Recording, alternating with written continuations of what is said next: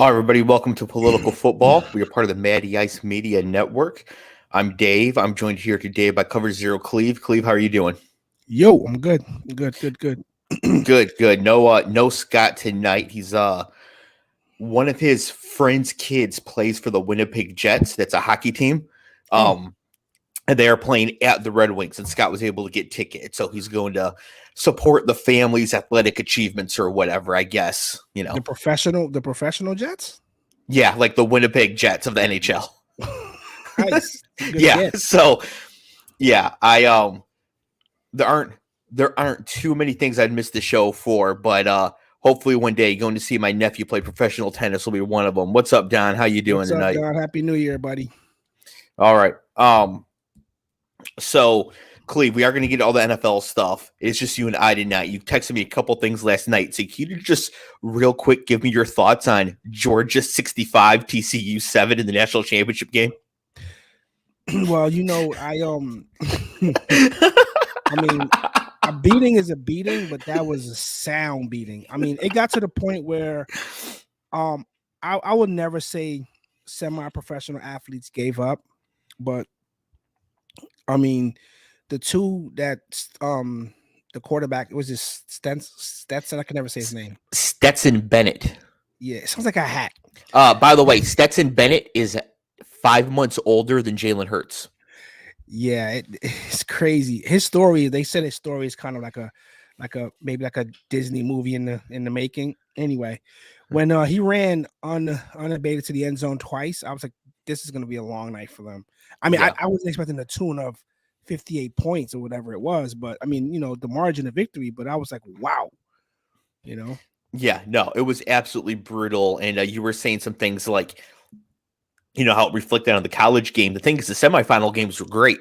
51-45, 42-41.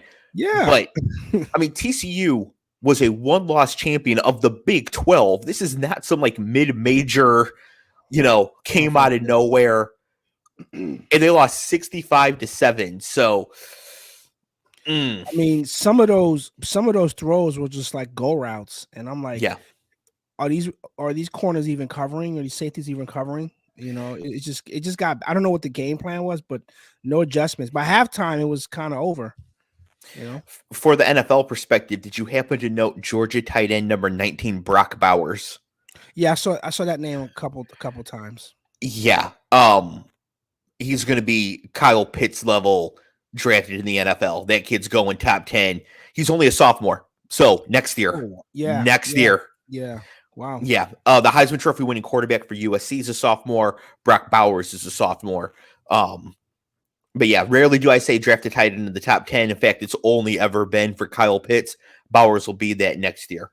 So what happens to Stetson being so old? I mean, I know we've had old quarterbacks go to the NFL. Well, I'm Chris Winky and I'm a little concerned for him because with Republicans now controlling the House, they might try to raise the age for Social Security, and he might not be able to collect it. Are you being serious? Listen, I'm not going to speak ill of Stetson Bennett. I've got all sorts of respect for anybody who fought in Vietnam. That was just a tough thing to get asked to do. So I've got all the respect for Stetson Bennett. No, it's hard to say with Brock Purdy doing so well, but most of these quarterbacks that aren't top picks aren't very good.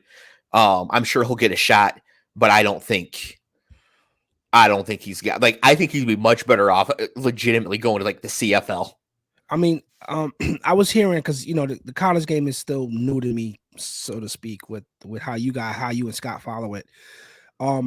I mean, they were calling him they're saying his college career was really great, but there's so many quarterbacks that in college, like Tim Tebow, for instance, those guys, Vince Young had great runs. Yeah, Zach Wilson. Too soon. Too soon. Congrats. All right. Well, speaking of quarterbacks that had a great careers in college and tight ends that could have been drafted in the top 10 but were in the second round, Chiefs 31 at the Raiders 13. No surprise here. Jarrett Stidham is not going to beat Patrick Mahomes in a must-win game for the Chiefs. The Chiefs did lock up their gift of the number 1 seed. However, if they play the Bills in the AFC title game, the game will be played at a neutral site. Did you have any thoughts on how the NFL chose to handle it? Did you think it was unfair, as fair as they could be? I mean, given when this happened, and then the possible schedule shift, not this week, or last week, where was the soft landing? Was it like week right before the title game? But the seeding would have already been done. So yeah, basically by the Bills not being able to play the Bengals, if the Bills had beat the Bengals, they'd be the number 1 seed. So they lost the opportunity to even win it. Yeah. And so the Chiefs were gifted, like all they had to do was beat Jarrett Stidham. They'd get the number 1 seed without the Bills needing to lose. So, it's actually the Bengals that got the short end here, but they just handled their business. So it wasn't the end of the world. I think football gods will rectify things. Like it might be a surprise loss coming, or something. Something crazy might happen. You know how this year's been, or all years have been. Yeah. No, I mean, I think they did the best job that they possibly could in the situation, especially the situation they weren't going to play the game. Yeah. So, no, the idea I saw floating around that I liked was play the week 18 as scheduled. Then this coming weekend, have it be just the NFC teams in the playoffs and Bills Bengals. And then next weekend, AFC Divisional Conference Championship Super Bowl, and just take out the week in between the Super Bowl. But where would they have played? Probably in Cincinnati, because they would play. It would have been the NFC playoffs and Bills Bengals at the same time. Gotcha. The same weekend. And then that you would set the AFC for the next week. Like you mean Saturday and Sunday? Right. So you'd have one wild card weekend NFC, one AFC, with Bills Bengals made up on the NFC day. That would, you know what? That wasn't actually. That would have been a great idea, actually. Yeah, they just want that 2 weeks between the title game and the Super Bowl. I bet it's worth so much money. Getting that hype, and they can't move the Super Bowl date. So yeah. All right. So Raiders, we'll talk more about them as head into the offseason. Titans 10 at Jaguars 16. The Jaguars win the division, pay the man his money. That's crazy how they came back, bro. Like they. So I got to only watch a lot of highlights because was in class but celebrating a birthday. Yeah. Happy birthday, by the way. Thank you. You only turned 79 once. me and Stetson are hanging out. Stetson, what is his fucking name? Stetson, like the hat. Stetson. Okay, Bennett. that's why I keep thinking of hat, like a hat. Yeah, Stetson. it is like the hat. Yeah. Yeah, we were hanging out. So I only saw highlights, obviously, of it. So give me the skinny. Like what really was the crux of this game here? Derrick Henry carried the ball 30 times and barely cracked 100 yards. Wow. 8 in the box the whole way? Yeah, and no ability to pass around it with Josh Dobbs. Also, wow. It was 4th and 13 with the game on the line for the Titans. Had to get the first down or the game is over, right? Dobbs checks down to the backup running back, shout out Hassan Haskins, like 4 yards downfield. He's got to try to run for 9 yards. Obviously doesn't make it, game over. You would have had a better chance running Malik Willis. Josh Dobbs is a literal rocket scientist, and he checked it down on 4th and 13 for the game. Big spot for him. Yes. Anyways, enjoy your job at NASA, because I think your time in the league might be done.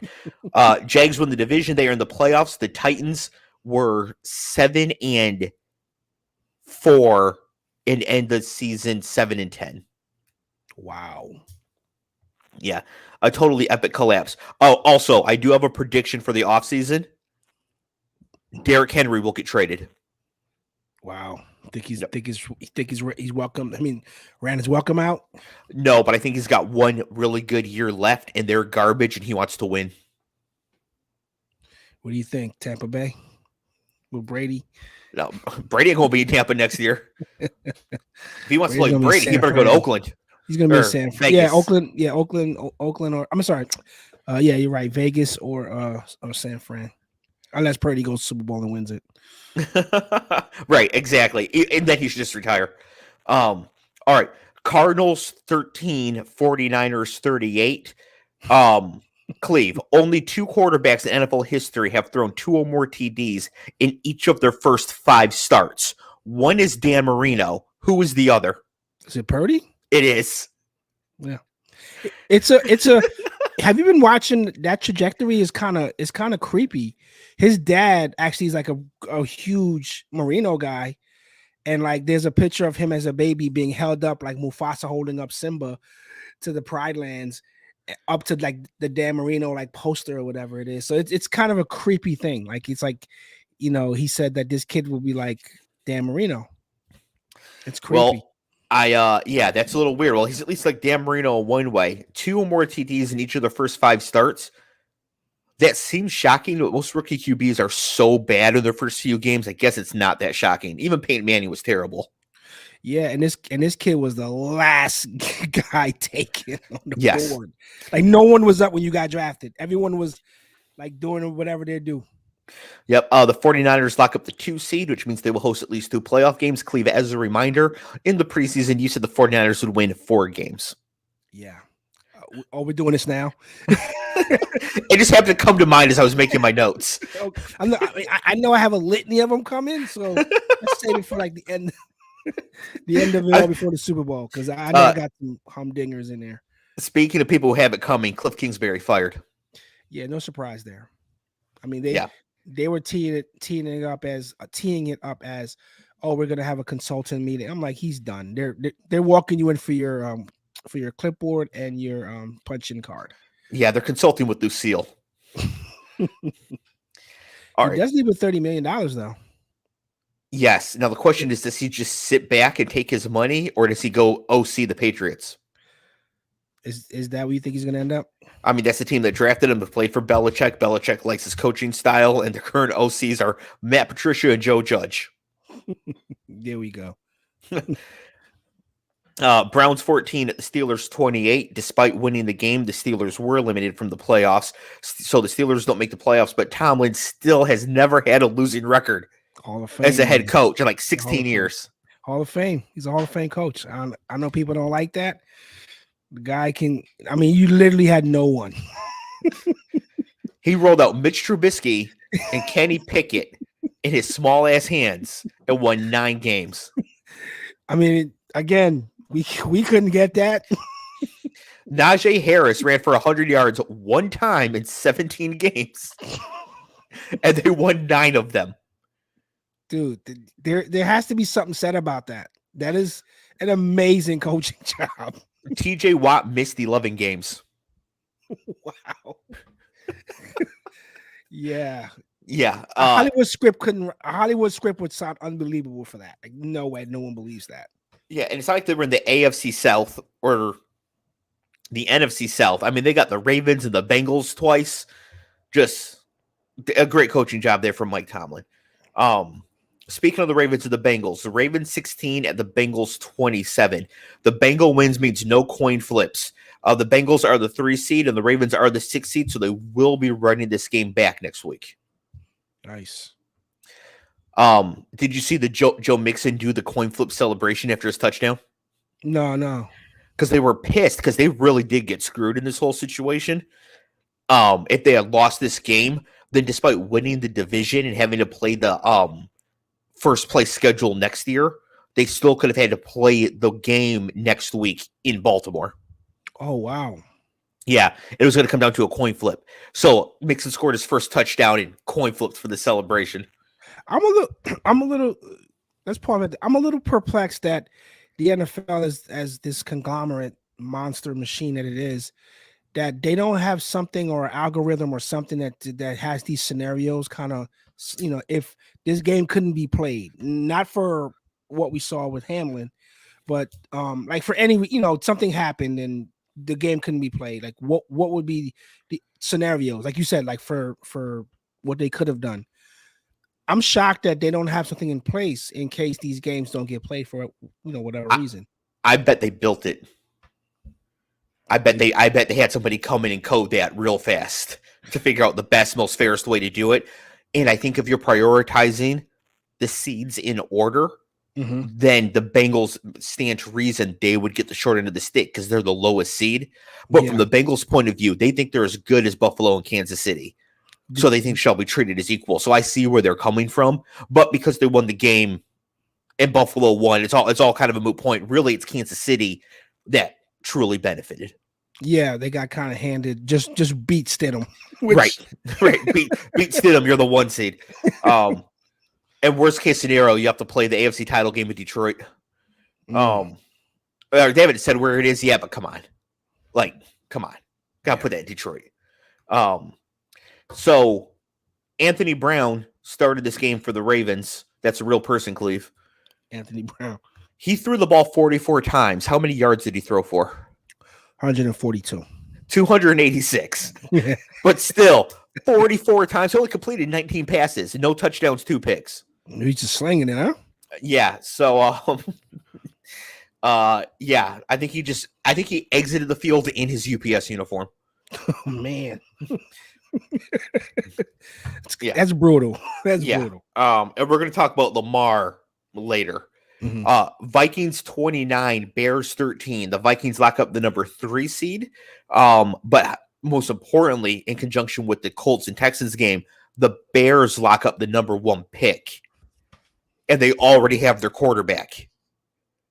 So this is why I think the Bears are going to trade out of this pick, and it's going to be a really exciting offseason because there's going to be a lot of people clamoring to get Bryce Young out of Alabama, and the Bears could get a fortune for that pick. So I heard something today from Mike Tannenbaum. I don't know if you heard that take.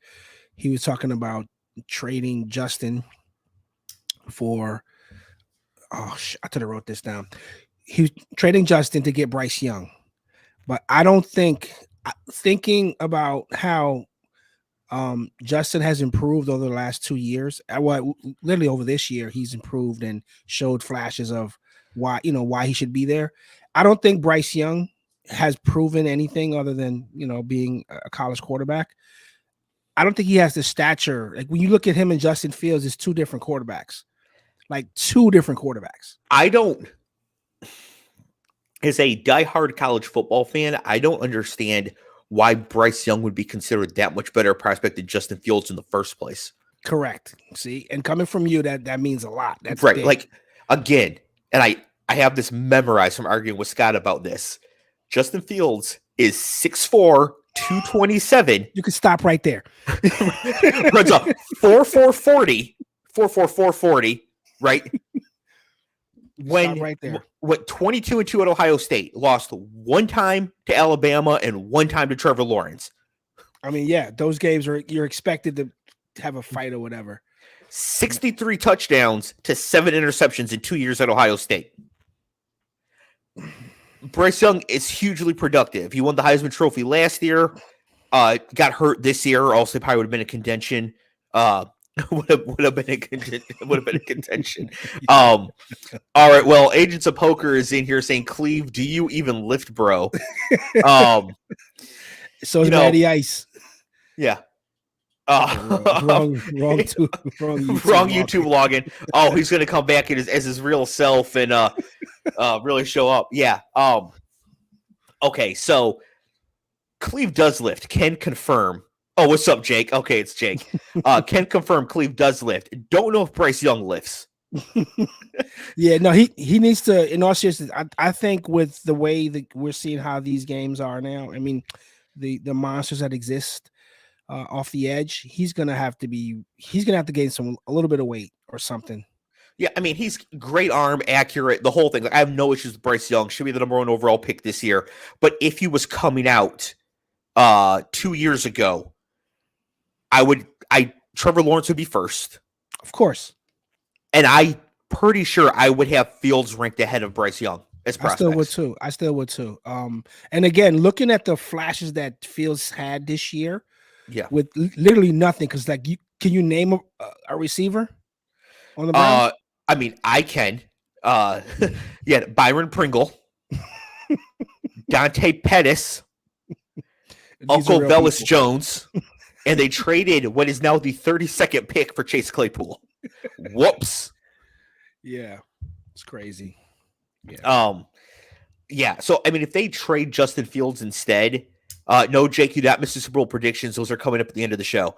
If they trade Justin Fields instead of and to take Bryce Young, I mean, Yeah, the Jets will take him. The Jets will take him. The pick that we should have had. Maybe. I mean, actually, you know who might really take him if they did that? Who might really go forward in that case? Who's that? Is San Francisco. But then no, because then they have Purdy and then they have Trey. Yeah, but Fields and Lance are similar bets. Giant running, but Fields has now proven he could do it in the NFL. Lance through injury, we still don't know. And so, yeah, you keep Purdy as your backup. You bring in Justin Fields, jettison Jimmy G, and then they can trade Lance themselves. Right? I mean, imagine Justin Fields quarterback in the 49ers right now. But Tom Brady will fuck it all up coming through the door with the 7 rings. And Tom Brady's going to Green Bay. Man. All right. One of the most hilarious games of the week, the Cowboys 6. Oh, by the way, we are jumping all over the times here because they didn't have the times listed when I first made the list. Cowboys 6 at the Commanders 26. My sister was pissed.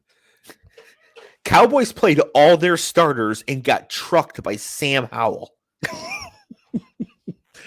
Is that a real person? It is a real person. He's actually a very good college quarterback. Wow. At North Carolina. Like, excellent. Started as a true freshman, big numbers at North Carolina, but like everybody does big numbers at North Carolina because of their offense. But yeah, absolutely got destroyed here. And I could tell the Cowboys weren't really into it. Like, they did not play their hardest. But if you're going to do that, just don't play your starters. No, you're risking people getting hurt. But Dak is throwing ridiculous pick sixes, man. Well, yeah, because he's not into it either. Like, they were already taking the week off. They might as well have been the Giants on the boat with the Uggs.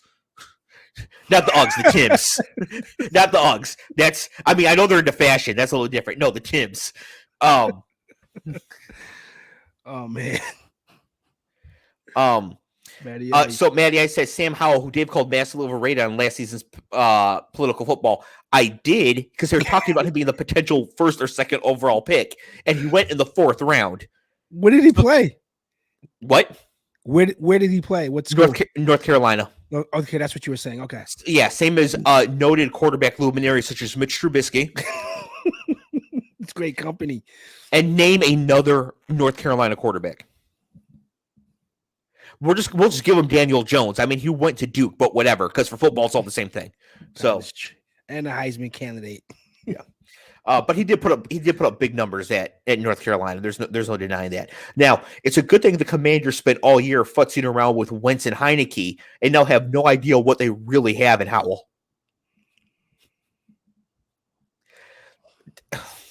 The Wentz thing is like, so Matt and I were high on this when 2 years ago. Are you willing now to say that he's a bust, Wentz? Oh yeah, I was willing to say it last year at Indy after like the in-season Hard Knocks thing where he was such a jerk. Riverboat Ron. Speaking of Riverboat Ron, the Commanders fired offensive coordinator Scott Turner. I assume it's because he knows there's 50 states.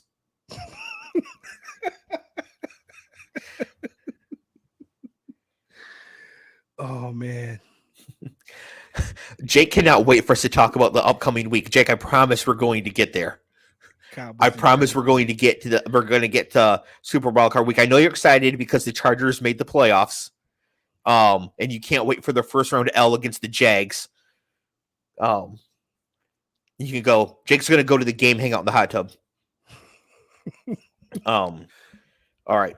So Lions 20 at Packers 16. That was a fun one. All right. First off, let me officially give you your flowers because you guys did have a better season than us. So I'm a man of my word. Thank you. I was a year late with the windfall. You were, but honestly, in all seriousness, what a hell of a turnaround from how that thing started and how it was going.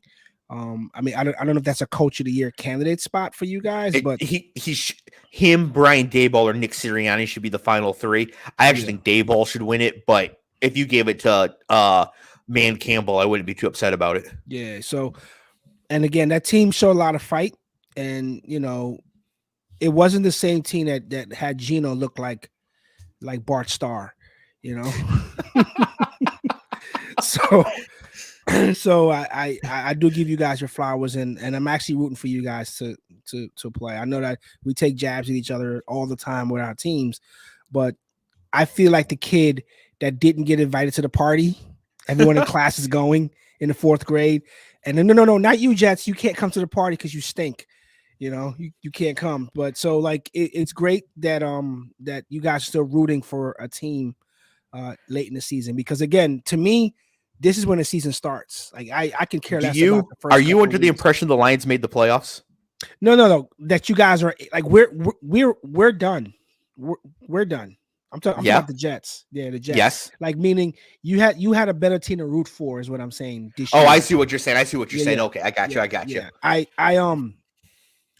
You guys had and I was telling my boy Kel this. He's a huge Lion fan. I was telling him this a few hours ago. We were texting, and I said, for where you guys started, and ended up, it's great, because where we started, we went the opposite direction, and it's disheartening that defense, was great, and we just didn't have the quarterback play in there. What did Matty Ice say? He said the best part of Cleve's Lions prediction last year was that we went through the schedule on air after you said it, and you landed like 2 wins. but you wouldn't admit it, so you were like, at Kansas City, that's a W. I remember. Like I said, I'm looking forward to the end of the year. Like, here are your takes.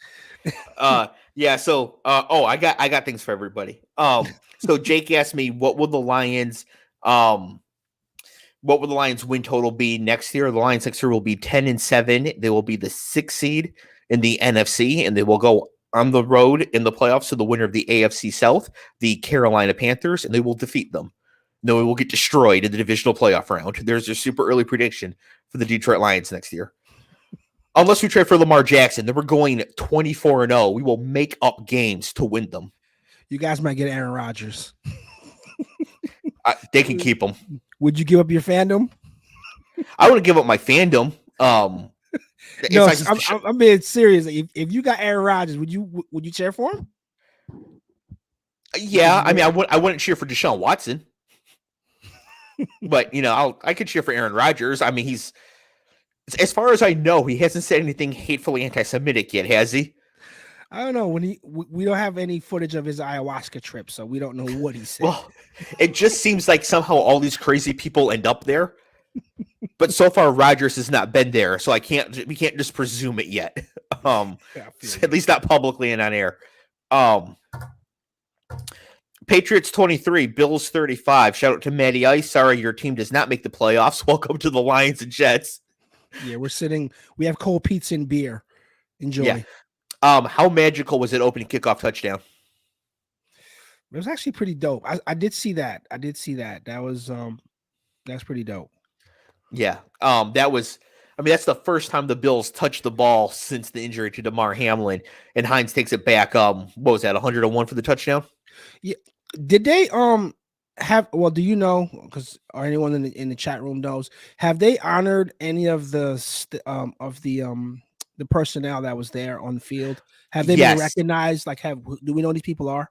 Yes, I cannot remember the name of the person who did the CPR, but he was at the game in Buffalo, and one of the touchdowns gave him the ball. Yeah, maybe it was Diggs. I can't remember. Did you hear that audio? The audio for it? Have you heard the audio? No, I haven't. Yeah, I'll send it to you. It's pretty how calm those guys in the moment. Even like in the super calm, where us would be like, "Hurry up, Dave, get down here!" Like they're like, "Hey man, move it, come on, get here." Like they were like, I mean, I don't know, it was impressive just to hear the audio of what happened. Crazy, yeah, and how like organized and calm they were. Yeah. So the Bills do not get the number 1 seed because one of their players almost died. That doesn't feel super fair, but here's where we are. They are the number 2 seed in the AFC, and they get to play Skylar Thompson and the Dolphins, so it's basically a bye. They're trying to trot Tua out there. Will Tua remember what team he plays for? I don't even know he knows who the president is, in all fairness. He shouldn't be playing. We can reasonably ask after he played through the concussion last time at those pick sixes if he thought he was throwing to his teammates. Somebody has to be held accountable for that, bro. It's crazy. Yeah. Yep. Yeah, so we'll talk more about the Patriots in the offseason. Hopefully they run it back with Matt Patricia and Joe Judge, because that's hilarious. But they could be in the quarterback sweepstakes. There's a landing spot for Tom Brady. Go back home. Yep. They will welcome him back. Right, Matt? I have here Rams 16, Seahawks 19 in overtime. See, the problem here is that if the Rams won, it would have been good for the Lions. Therefore, the refs absolutely screwed the Rams in this game. Phantom running into the kickers, missing personal fouls, just all sorts of bullshit. But I gotta tell you, Cleve, as a Lions fan, I was forced to root for Baker Mayfield to be successful, and that sucked, and I never want to do it again. So 0 out of 10, trash experience, would not recommend. Wow. So you could bring it in your heart just to say, hey, just win the game here, Baker. I mean, I was saying that, and then he threw a moon ball towards a wide open Van Jefferson in overtime. If he just throws it on a rope, it's probably a game-winning touchdown, and the Lions are in the playoffs. Instead, he threw the ball over their mountains, and the safety, Quandre Diggs, former Lion, basically fair caught it. Just... So you went total Uncle Rico. It was awful. I'd rather root for Uncle Rico. Wow. Yeah. It was like Paul says here, we hit maximum Lions on an NFL weekend before the Lions game even kicked off. Oh, that was so tilting. The Seahawks do though sneak into the playoffs with the Packers losing, and they are the 7th seed. So good luck to Geno and them in the playoffs. All right, Cleve. Jets 6, Dolphins 11. Explain yourself. Well, first off, it's kind of telling and damning if you, in a meaningless game, that we don't even put this kid out there to see what else he's got. To show us one more time why we picked you number 2. Right. To say, hey, what do you got? That's really telling that you couldn't get in a game where they had old man Flacco on skates out there. It's crazy. Yeah. The way the season started for us, I'm flabbergasted, or whatever big word I can think of. I'm just like, I'm beyond upset, because it's just what it is. It's football, and there's no crying in football or baseball or whatever it is. But yeah, 6 points in an NFL game. Yeah, and the Dolphins score 11 with Skylar Thompson. I did not write down Skylar Thompson's stat line, because I hope after this we can never talk about Skylar Thompson ever again. But they do sneak into the playoffs as the 7th seed, which means they get to go to Buffalo. Now, the Jets had a promising season, but they desperately need a quarterback. Yeah. I mean, as great as Mike White was for us, he's definitely Who? He's earned Mike White. No, White Mike. White. Don't see. I just started saying it right. Now you got me saying the reverse again. Mike White. Don't know who that is. So definitely like the backup. But I think that we need a veteran presence, not like an old dust ball, as you like to say, but someone who's serviceable that can play. But we missed twice on rookie quarterbacks, and I think we should give that a little breather. Well, you can have Jared Goff after we trade for Lamar. I mean, if Jared Goff was your quarterback all year, you guys probably win 12 games. You win this game. You win the game against the Pats that they wanted the walk-off punt return. Somehow, that's not too far-fetched, man. Yeah. Yeah, we'll talk more about the Jets in the offseason, because they are actually in a fascinating position next year. Garrett Wilson might be Offensive Rookie of the Year. Sauce Gardner will be Defensive Rookie of the Year. Breece Hall coming back off of injury.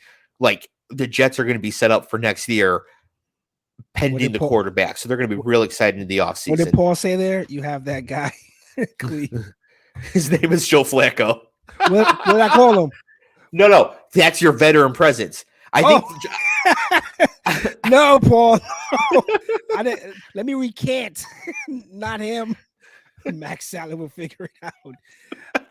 Yeah, I think Mac's trying to be so diplomatic, and he knows that this kid ain't gonna. None of these quarterbacks is gonna pan out.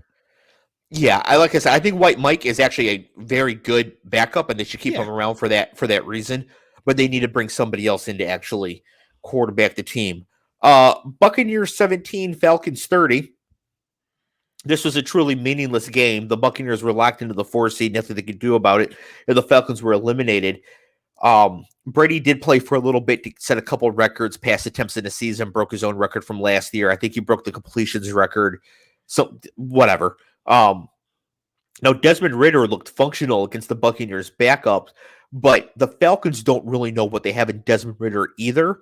So it's a good thing they played Marcus Mariota for 14 games. I can't believe he's still in the league.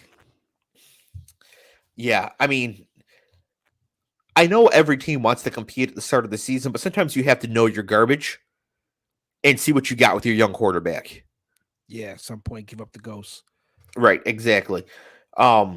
Giants 16, Eagles 22. This is a weird situation where the Giants could not improve on the 6th seed, and the Eagles had to win to lock up home field advantage. So we had the starters from the Eagles against the backups for the Giants. And nobody wanted to be there. No, because you risking getting hurt.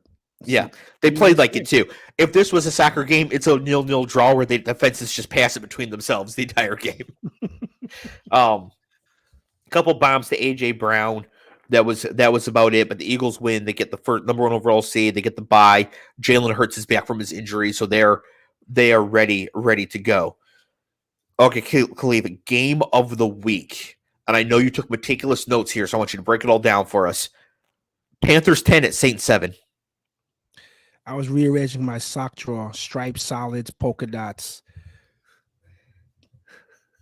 I could have cared less. Did Red Zone even show like anything from this game? They showed 6 plays from this game. I believe the Panthers won on a walk-off field goal, but I didn't bother to go back and double check that. Why would you?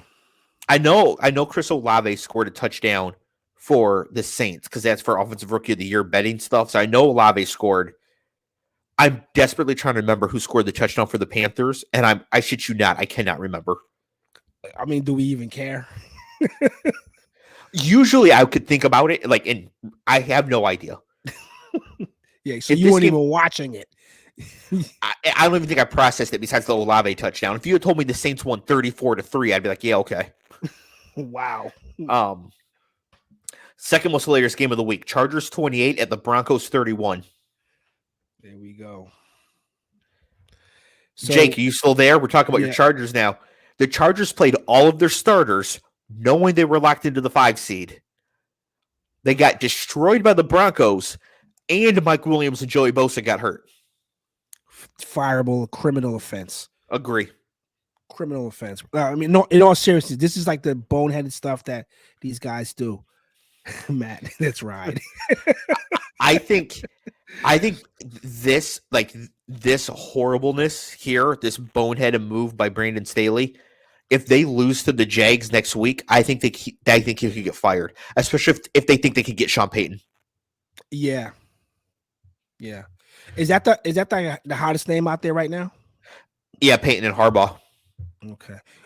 I remember, I don't know if it was you or Scott a few weeks ago saying with the Sean Payton thing, there may be draft picks as well because the Saints still own his rights. Yes, they have to trade for him. Probably 1 first-round pick.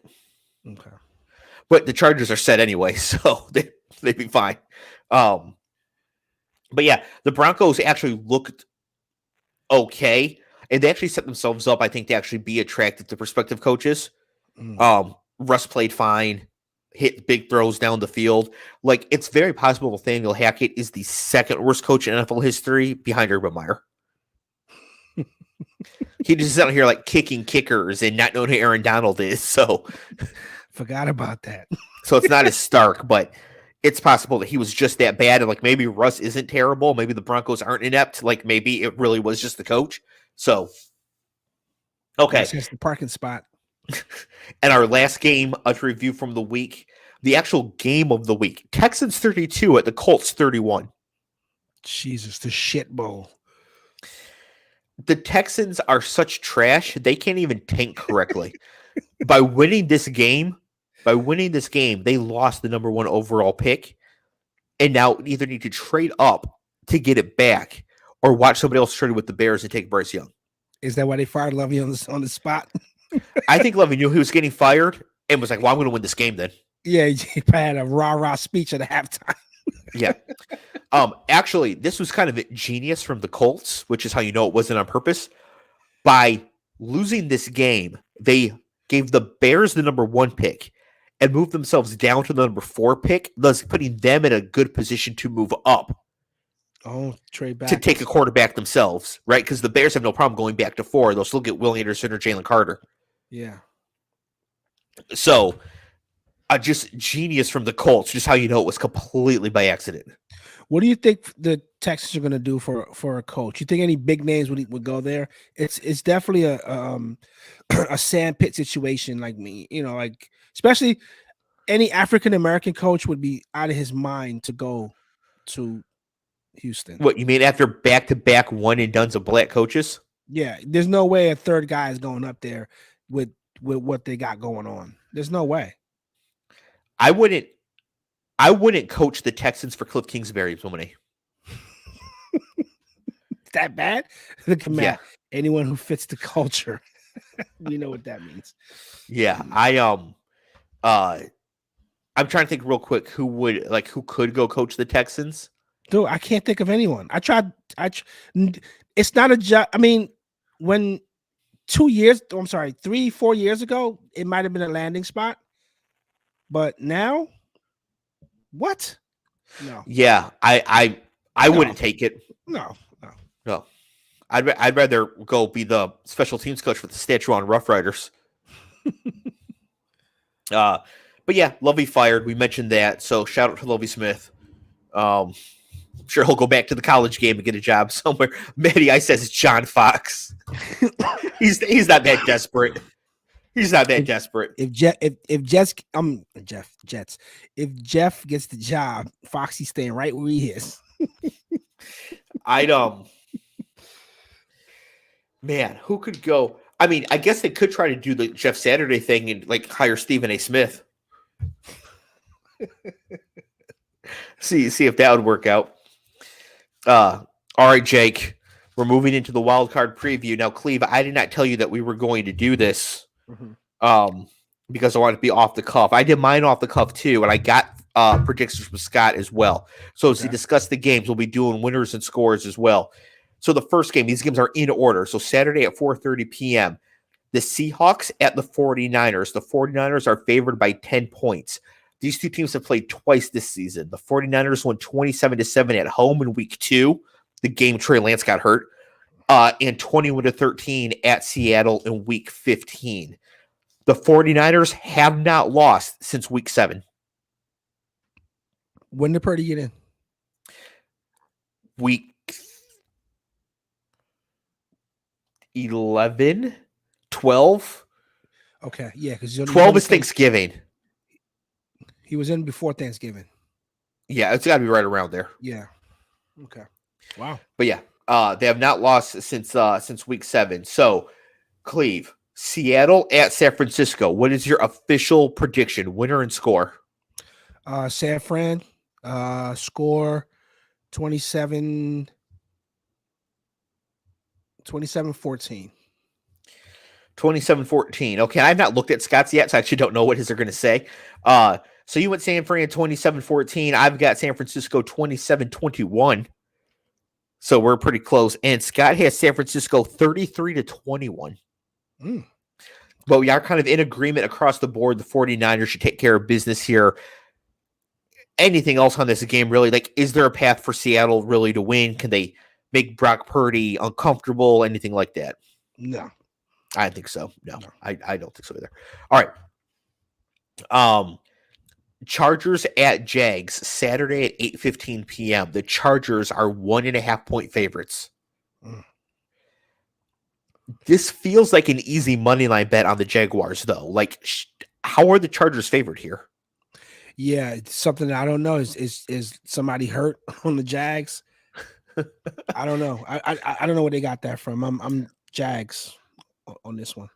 Yeah. So the Jaguars and Chargers did play this year. The Jags beat the Chargers in LA 38-10 in week 3. Do you remember that? It was the week after Herbert busted up his ribs against Kansas City, but he was clearly playing hurt.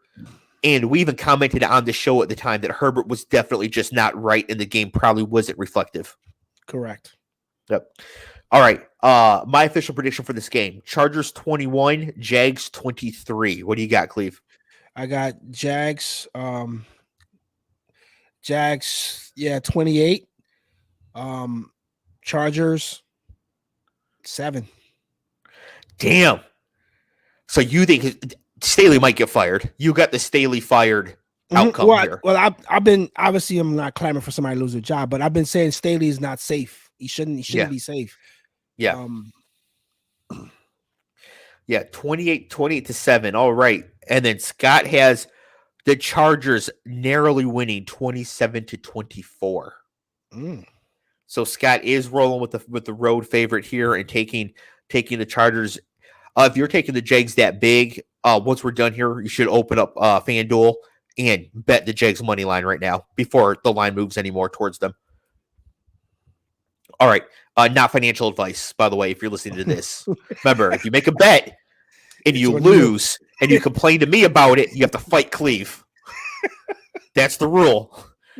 So don't come crying to me if you lose a bet because I said something, because you got to fight Cleve. Do not put Skippy's college fund on anything that we say. What do we know? Right. Sunday at 1:00, Dolphins at Bills. The Bills are 10.5-point favorites. These teams played twice during the season. Miami won in week 3 in Miami, 21-19.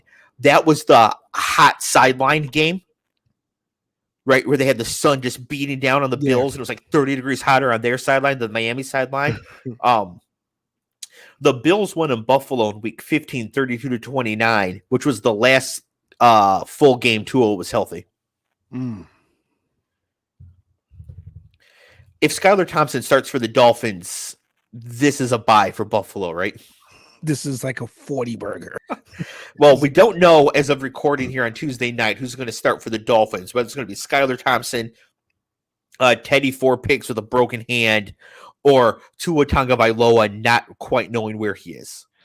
Yeah, there's no after what we saw a week ago, there's no way you put Tua on that field. No way. No. There's no way. I don't, like I said last week, if they were to go to the Super Bowl, you still couldn't play him. I agree. They should not be playing Tua. So, official prediction time, Cleve. Well, I did say 40 burger, so I'm thinking 42-16. 42-16. So I wrote down before the show, Bills 48, Dolphins 10. Yeah, it's gonna be a 40 burger.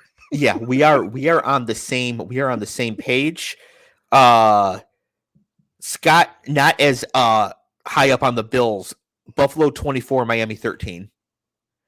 Really? So he's got them handling business and covering the spread, but not really anything crazy there. There's nothing the Dolphins can do here, right? Like they're toast. All right. They're toast, yep. Sunday at 4:30 p.m., Giants at Vikings. The Vikings are 3-point favorites. These teams played once this season. The Vikings won in Minnesota in week 15, 27-24. Do you remember how that game ended?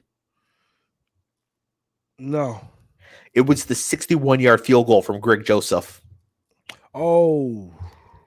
Remember the Giants came back and tied it up. Yes. Two huge passes, 61-yard field goal. Yeah. Yep. So they played a close one already in Minnesota, but yeah, they're going to run it back a couple weeks later. Vikings are 3-point favorites. Cleve, can you name a wide receiver on the New York Giants?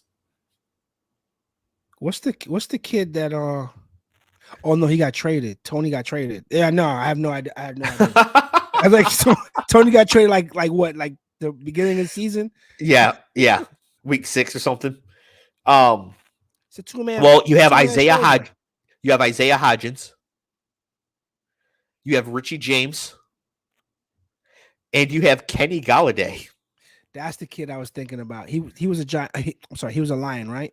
Yes. Yeah. That's the kid I was thinking about. The one second after Tony, I was thinking about him. Yep. All right. Official prediction time. I've got Vikings 27, Giants 17. I have Vikings winning the game. Let's say Vikings 27, Giants 21.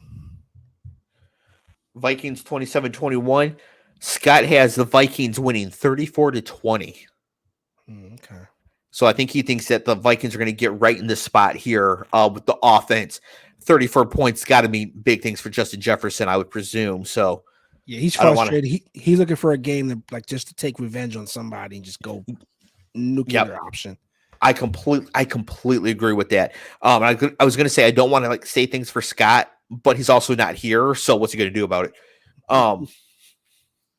All right, we got the Sunday at 8:15, Ravens at Bengals. The Bengals are currently 6.5-point favorites. Now this is where the discussion is. So these teams have played twice during the season. The Ravens won in Baltimore in Week 5, 19-17, on a 43-yard walk-off field goal from Justin Tucker.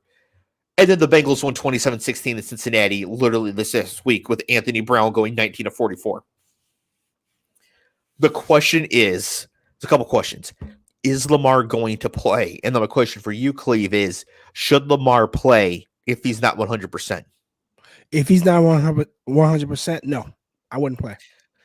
If he chooses not to play, no matter how he's feeling, because they haven't taken care of that contract when they did Roquan Smith today, they have not taken care of Lamar yet.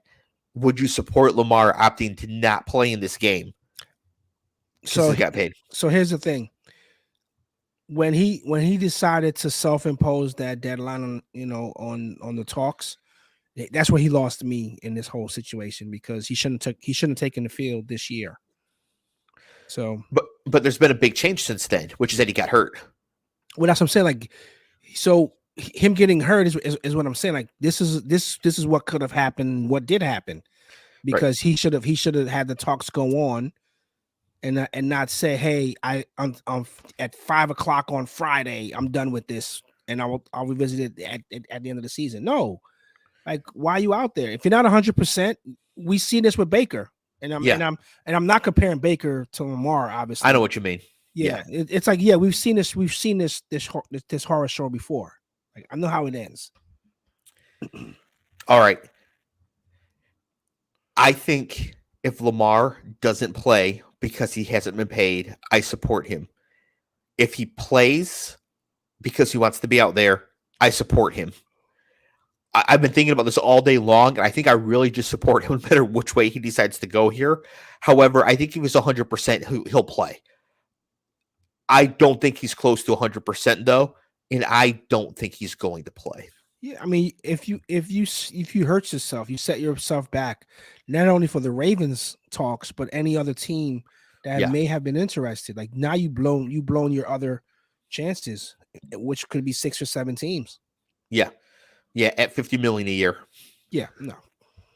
Yeah, so I'm in agreement. So I am proceeding as if Lamar is not going to play this game. I've got Bengals 38, Ravens 17. Yeah, if Lamar doesn't play, I got Ravens 35. I'm sorry.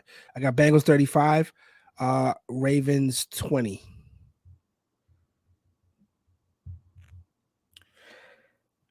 So Scott has Cincinnati 31, Baltimore 17. So we are all kind of in the same general outcome there. And if Lamar doesn't play, and Skylar Thompson plays for the Dolphins, if it's Tyler Huntley, that's not really a buy. Tyler Huntley and the Ravens are capable of beating the Bengals. They won't, but they're capable of it. But that really is kind of a buy for the top 3 seats. In that case. That was shook out. Right. Yeah, the Chargers are going to be stuck playing against Trevor Lawrence, being like, what is going on? Everyone else got a layup. Everyone else got a layup.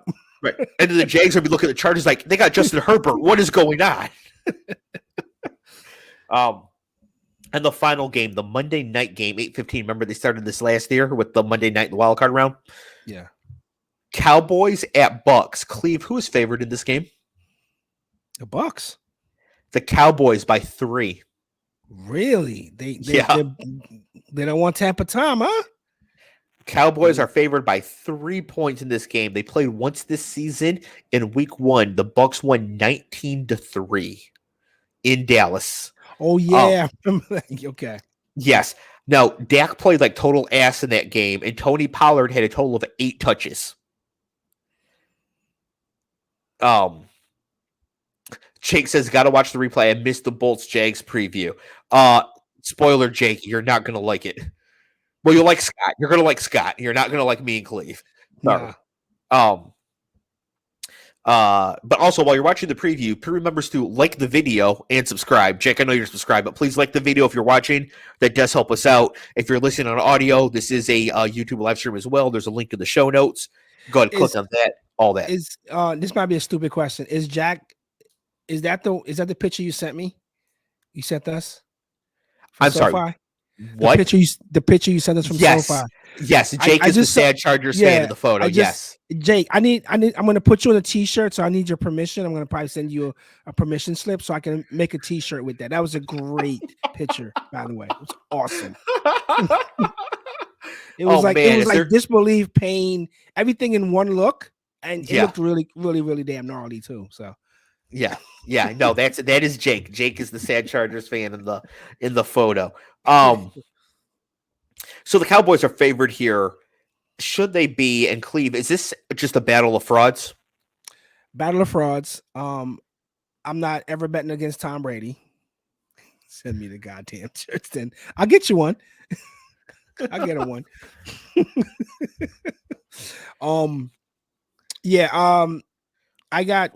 I don't believe in, and again, my sister's gonna be pissed, but I'm not a Cowboys supporter, basically. Nothing against the team. I don't like Jerry Jones, but I don't bet against Tom. I don't bet against Tom. I've learned many moons ago you don't bet against this guy. So he may have one more trick up his sleeve. Okay, so with that, what is your official prediction for this game? Well, Dak's gonna throw a pick 6, but Bucks 29, Cowboys 17. You said that so casually. Like, yeah, of course he is. He's gonna give them a pick 6 now. I mean, Dak better get his shit together. I'm telling you. So you've got Bucks 29, Cowboys 17. Scott has Bucks 27, Cowboys 24. I've got the Cowboys 27, the Bucks 14, because the Bucks are frauds. They're going to find out. They can't block Micah Parsons. Tom Brady's going to be on his ass all game long. Cowboys are going to put it together before they get destroyed the next week.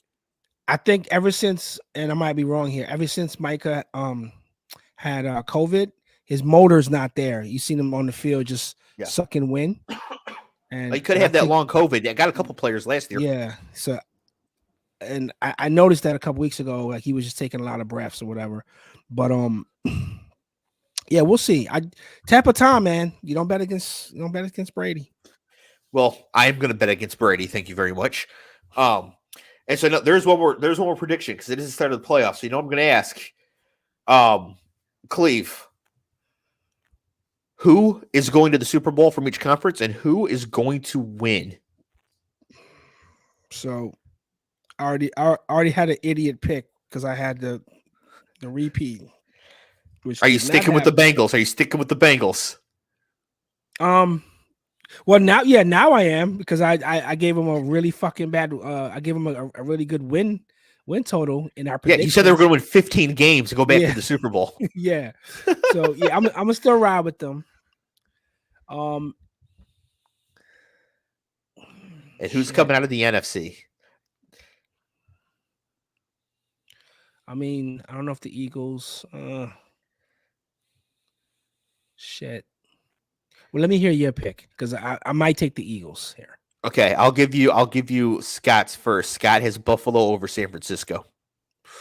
Ooh. Wow. Actually, I never even thought of going there. To the 49ers? Yeah. I mean, obviously, but I wouldn't like that pick is actually very intriguing. I might even bet that. I'm writing this down as we're talking. I have Bills defeating the Eagles. Yeah, the Eagles is an interesting pick for me because now that Hurts is back. Yeah. Yeah, I'll take the Eagles as well. Bengals versus Eagles. Who wins? Bengals versus Eagles. I'm gonna take Joe Burrow and Mixon and Joey B. Yeah. All right. So we've got the official political football predictions. If you're in the chat, feel free to put some Super Bowl predictions in there right now while I wrap things up here. Cleve says Bengals over the Eagles. I say Bills over the Eagles. Scott says Buffalo over the 49ers. Jacob said, for sure. Jake said Cleve for sure copied answers from a classmate sitting next to him. Funny story about that while you guys are putting in your Super Bowl predictions. So at the end of last season, producer Jeff helped us out here with political football. And I would not have passed high school chemistry if it was not for producer Jeff letting me cheat off of him hilariously. I mean, egregiously, right? I literally would not have passed chemistry without it. So I got a story too. Yeah. So you know what? Sometimes, first of all, thank you, Jeff, for getting a C+ in chemistry, so I can get a C+ in chemistry. I really appreciate it. Because who knows where I'd be without that. So, Cleve, what's up? I went to All Boys Catholic High School, and we had the honor code. So like basically the teacher would say, "Hey guys, you got a test today. You got 1 hour," and they walk out the room. And there's always a box in every room, like a ballot box. And at the end of the test, you would write the names down of a guy who's cheating or whatever you put in the box. If that name circulated so many times, then that guy would fail the test. Obviously, might be suspended or whatever it is. So I was one of those people that never ratted. I'm like, I hear guys talking, and I would write it on a blank piece of paper. I'd write no name on a blank piece of paper, fold and put it in the box. So I didn't believe in ratting my friends out or anyone in the class that I didn't know. So the honor code prevailed. I mean, I like that. I like that you didn't rat anybody out. A couple questions. One, why didn't the teacher just ask Jesus who was cheating? It was a Catholic school. And two, I think it'd been hilarious if you got some of your boys together and just wrote down the name of like the biggest asshole in the school. I'm pretty sure a lot of guys got wrongfully accused of stuff. If you weren't popular, if no one liked you, I think a lot of guys got fucked over. So yeah, Ben, who comments here a lot, who's been a good friend of mine for a long time, he would have, like, if we had that thing in our school, we for sure, there would have been, oh man, not Matty Ice, but a different Matt. He would have been getting accused of cheating all the time. I would have put in like 15 different pieces of paper, different handwriting. I'd have had my mom write some out before school so I could throw in with like some female handwriting, right? Like, she'd be like, why am I writing these? Like, don't worry about it. So Chargers over Eagles for Jake. Yeah, but his actual pick is Bills over Eagles because now he's copying off of my paper. Yeah. I think you guys got some really good Super Bowl predictions. Do you have a score for you? No score yet. I don't want to do the score till I see how they're sort of playing at the time. Okay. But yeah, that's just where it is right now. And then obviously when the Super Bowl is set, we'll re-predict it. If our teams are eliminated. But I just think the Eagles are clearly the best team in the NFC. And I think the 49ers are clearly the second best team. So I think they will play each other. And you have Brock Purdy on the road against Jalen Hurts. To me, it's just Jalen Hurts. I mean, if Purdy takes them to the Super Bowl, wow. I mean, wow. Yeah, that would really. I think it's going to the NFC title game. I think it will be. The Bucks, the Cowboys, the Giants, the Vikings, like the Seahawks. Like, what are we doing here? Like, it's Eagles 49ers. Let's go. Exactly. Yeah. No, the AFC is more interesting because I think that, I think the Chargers are super talented. I think the Jags are young and talented. Of course, one of them is going to win. And then you have the Bengals, Chiefs, and Bills that are going to win. unless Lamar is 100%, in which case the Ravens are interesting. So I think the AFC is a lot more all over the place, but the Bills, after last year, the way they lost at Kansas City last year, they've been on a mission all year long. They've got the situation with DeMar Hamlin, who thankfully is back home in Buffalo. Like, I just, not only do I think they'll win, I think in the first two AFC games before they catch Kansas City, they might win each game by 21. Because they're going to get Skylar Thompson, and then I guess they'd get Cincinnati. Yeah, they'd get Cincinnati in the second round, so they might not be able to quite pull them away, but I bet it's not close. Right, I bet it's a convincing Bills win until they run into Kansas City and Detroit. And then Scott's got the dream. He's got San Francisco going to the Super Bowl with Brock Purdy. So, sweet deal. All right. Well, thank you everybody for joining us here for local football tonight. Playoffs are back upon us. This is one of my favorite time of year. Not this weekend, next weekend, divisional round is my favorite week of games of the year. Last year we got Chiefs and Bills, so we'll be back next week. We'll recap all the crazy wild card action that we saw, because we're going to see some craziness, and we'll preview the divisional rounds where the Eagles and the Chiefs are going to join the fray. Cleve, you got any last thoughts? No, it was I didn't get to watch football this weekend because of class and birthday, but seeing the highlights, some good stuff there. But this is when the season starts now. This stretch of the leg up until the Super Bowl. This is where, obviously records are important because it gets you this seeding. But now it's win or go home. One and done. Just like how the colleges do it. Yes. Yeah. No. Hopefully they won't do it like the colleges do it. We won't see a 65-7. Speaking of, did you see that David Pollock and yes, Saban? Holy shit! Bro, I've had so many of those moments where I'm in a room with someone and I've done that to someone, not intentionally. So I knew where he was coming from. So I don't think he was trying to dunk on him. Yeah, he was. I just felt. You think so? Where did Pollock go to school? He was a linebacker, right? Yeah. Where did he go to school? Did he go to Georgia? Yeah, he's a Bulldog. He knew what he was doing. Yeah, he's repping his alma mater to really? Nick Saban. Yes, he's a linebacker. Wow. Yeah, okay, he was a first round pick of the Bengals. Was playing really well, but broke his neck. Yeah, broke his neck. Yeah, he played 2 seasons, whatever. Yeah. Wow. Yeah. So he knew full well what he was doing. He could not wait to. So for people who don't know, David Pollock is an analyst for ESPN. Went to Georgia, was an All-American. Nick Saban was doing guest commentary for them during the national title game. At halftime, Georgia was winning 3 million to 7. So it was clear Georgia was going to win. And thus be back-to-back champions. And so David Pollock just gave analysis on set, sitting right next to Nick Saban, Alabama head coach, where he said, it is clear to anybody watching now that Georgia is the preeminent program in college football. And you could see Nick Saban get pissed, but what can you say? Yeah, what are you going to do? What are you going to do? Facts. Big straight facts. Big facts. There is nothing. Alabama is looking up at Georgia, and there ain't shit Nick Saban can say about it. I mean, they did get the #1 recruiting class from what I hear, so they're retooling. I bet you he left that game after that, and he went right on the recruiting tour the next morning. He was in some kid's living room hey, you got to make a run. I bet he called Jimmy Sexton to call ESPN to tell him to fire David Pollock, only to find out David Pollock is also represented by Jimmy Sexton. Can't do that. I can't do it. Jesus. No, man, he was squirming, bro. I was like, wow, that had to sting a little bit. I didn't know.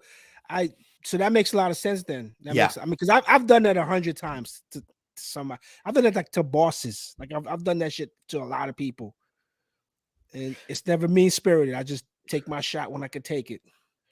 Yeah, I've learned, especially in just in general, I edit myself so much that I don't say 90% of things that come to mind. I mean, on the show, it's still 50%. I'm still not gonna say that.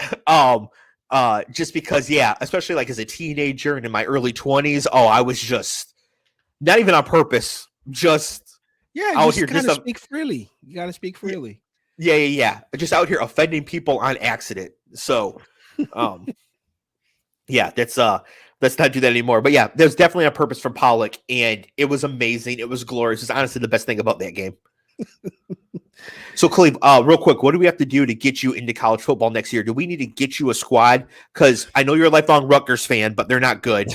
And you also are a Hurricanes fan, but they're not good. Yeah, do we need to actually get you a squad? Probably, yeah. We're probably gonna have a process, have a draft, and we pick a team for me, and I'm gonna follow. So I think that'll be a good off-season episode. Something we can do is we'll have listeners pitch their schools and why Cleve should be a fan of their school.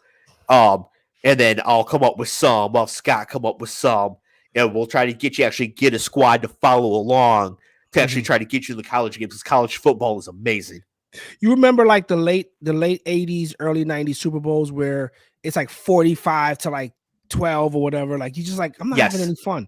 That's how I felt last night. And for some reason, I'm glad I didn't make the bet. I was going to throw a heavy coin on TCU for the upset. Thank God I didn't do that. I didn't bet at all. But I was like, you know what? What's the odds here? I remember being 6 years old and going to my stepmother's house, who was a huge 49ers fan, and being so confident that the Broncos are going to beat the 49ers that I remember arguing with her about it at 6 years old, and then the 49ers won 55-10. So shout out to Marlene. Is that Elway's first one? Or second? Was that second? His first or yeah, it might have been his second. He took some horrific losses in the Super Bowls. Yeah, because he took some horrific losses. Yeah, it must have been. Well, the Bills went 4 in a row after that, so it must have been his second, because there had to be a one before that. But this was 2 in a row for the 49ers because they beat the Bengals the year before. But yeah, I just remember being like so confident that the Broncos were going to win, and then they just got absolutely trucked. So I just sat there and ate my macaroni and cheese.